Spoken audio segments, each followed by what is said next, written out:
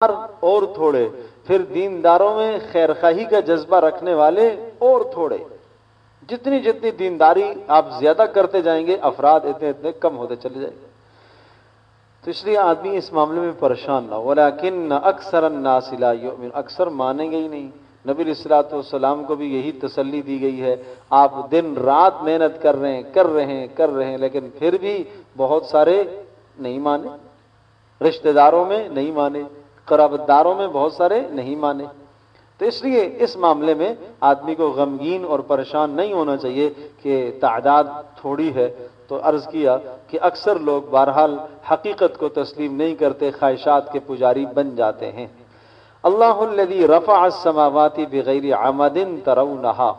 تیسری جو بات ہے، اللہ تبارک تعالیٰ نے آسمانوں کو بنایا، بلند کیا، بغیر عمد ترونہا، بغیر ستونوں کے.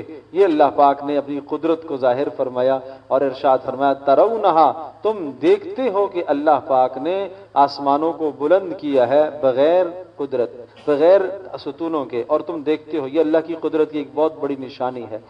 اور 7 آسمان اوپر نیچے تہ بتہ 7 آسمان اللہ پاک نے بنائے ہیں.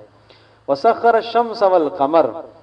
چوتھی بات یہ آ گئی سخر الشمس والقمر کہ سورج، چاند، ستارے سب کوئی یہ تمام کے تمام گردش میں ہے. کل یجری لاجل مسمى، ہر ایک گردش میں ہے، ایک وقت مقررہ تک وہ گردش میں رہیں گے، اور جب اللہ پاک کا حکم ہوگا تو یہ سب کے سب فنا ہو جائیں گے، اور سورج کو بھی توڑ پھوڑ کے جہنم میں ڈال دیا جائے گا، اور چاند کو بھی حدیث میں آتا ہے یہ ان کو جہنم میں ڈال دیا جائے گا.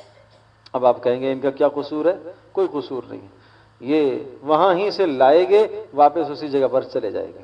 یہ اللہ پاک کا نظام ہے، اللہ کی قدرت ہے، اور اللہ کی قدرت کی نشانیاں ہیں. اور کبھی کبھی آپ دیکھتے ہیں کہ ایک دم سے گرمی جب بڑھ جاتی ہے، جون جولائی کی شدت گرمی، مئی کی گرمی، تیز گرمی بڑھتی ہے، تو رسول پاک صلی اللہ علیہ وسلم نے ارشاد فرمایا ان شدت الحر من فیح جہنم.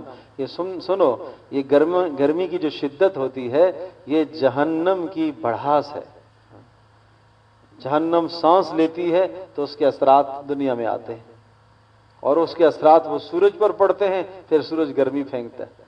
ظاہری اسباب میں آپ کچھ بھی کہیں، سورج یہاں سے گزر رہا ہے، اس کی شعاعیں براہ راست زمین پر پڑتی ہیں اس لیے گرمی ہو رہی ہے، اور سردیوں میں سورج کی شعاعیں ترچھی پڑتی ہیں اس لیے گرمی نہیں ہوتی. وہ ظاہری اسباب جو تحقیقات آپ کریں، لیکن رسول پاک صلی اللہ علیہ وسلم نے جو حقیقت بتائی، حقیقت یہ ہے کہ جہنم کی گرمی کا اثرات اس پر آتے ہیں اور پھر وہ گرمی دنیا میں پھینکتا ہے.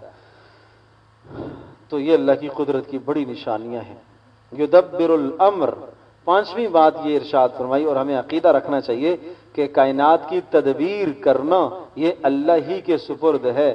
اللہ کے ساتھ اس معاملے میں ایک ذرہ بھی کوئی شریک نہیں ہے. تدبیر کائنات، تدبیر کا معنی کیا ہوتا ہے؟ نظام چلانا. سورج اپنے وقت پر طلوع ہو، وقت پر غروب ہو، چاند اسی طرح سے گردش کرے، ستارے گردش کریں، ہر چیز اپنے اپنے مدار میں چکر لگا رہی ہے. اگر ایک بھی ستارہ، سیارہ، سورج، چاند اپنی جگہ سے ذرہ سا دائیں بائیں سرک جائے تو کائنات دھرم برم ہو جائے گی، فنا ہو جائے گی. اور یوں سمجھیے کہ سب کچھ اپنی اللہ پاک کی قدرت میں جھکڑے ہوئے. میں ایک مثال عرض کرتا ہوں. یہ جو سورج گرہن ہوتا ہے اور چاند گرہن ہوتا ہے، سورج گرہن اور چاند گرہن جو ظاہری ہم سبب بیان کرتے ہیں، اور موجودہ زمانے کے جو علوم رکھنے والے سائنسدان اس کو بیان کرتے ہیں، یقیناً یہی سبب ہے، حقیقت بھی ایسی ہی ہے.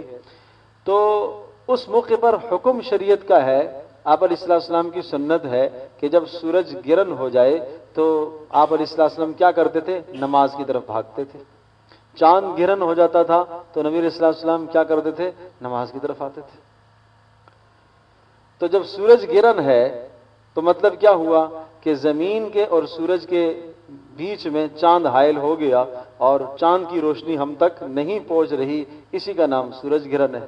گویا کہ تینوں چیزیں، سورج، چاند، زمین، تینوں ایک سیدھ میں آ گئے. جب ایک سیدھ میں آ گئے تو ہر ایک کی اپنی کشش ہے. اور اتنی شدید کشش ہے کہ ہر ایک دوسرے کو اپنی طرف کھینچ رہا ہے. اور وہ اللہ پاک کی قدرت میں سورج یہ بھی جکڑا ہوا، چاند بھی اللہ کی قدرت میں جکڑا ہوا، زمین بھی اللہ کی قدرت میں جکڑی ہوئی، اسی مدار کے اندر زمین گھوم رہی ہے، اوپر والے مدار میں چاند سے اوپر سورج گھوم رہا.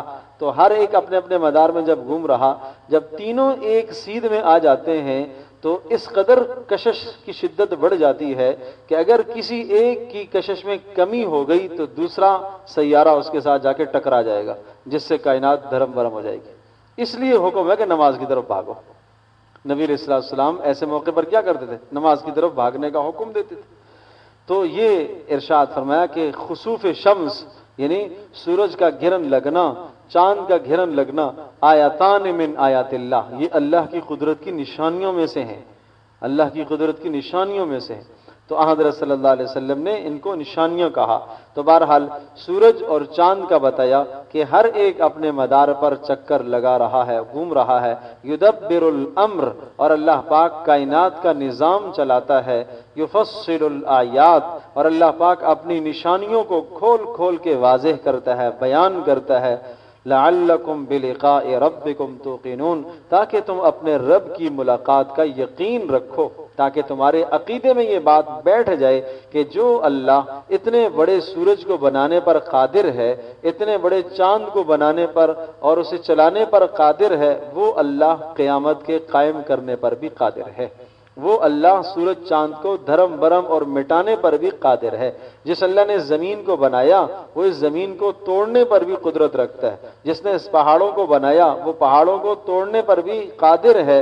اور ایک نفخہ، ایک سور پھونکی جائے گی تو سب کا سب کائنات کا نظام دھرم برم ہو جائے گا، اور تم سب کے سب اپنے پروردگار کے پاس سوال و جواب کے لیے پہنچ جاؤ گے، اور تمہیں اللہ کے سامنے جواب دہ ہونا ہے. تو اللہ پاک ہم سب کو سمجھنے اور عمل کرنے کی توفیق نصیب فرمائے.